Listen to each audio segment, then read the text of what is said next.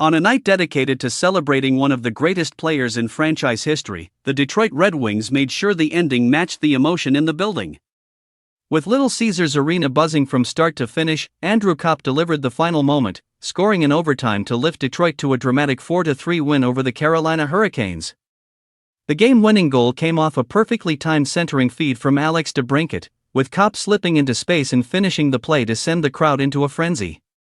It was a fitting conclusion to an evening that began with Sergei Fedorov's legendary number 91 being raised to the rafters. Before puck drop, the organization honored Fedorov with a ceremony that featured former teammates, championship hardware, and heartfelt reflections. The Stanley Cup, Hart Trophy, and Zelka Trophy all stood as reminders of his impact, while Fedorov's speech drew multiple standing ovations from a packed arena. That energy never faded once the game began. Detroit carried the momentum early and built a commanding 3-goal lead through 40 minutes. James Van Riemsdyk continued his strong season by scoring off a rebound in tight, showing his value around the crease. DeBrincat added a goal of his own, and Albert Johansson capped off the scoring to give the Red Wings firm control heading into the third period. Carolina, however, refused to go quietly. The Hurricanes stormed back with 3 goals in the final frame, slowly chipping away at the deficit. Jackson Blake and Seth Jarvis pulled them within 1, setting the stage for late drama.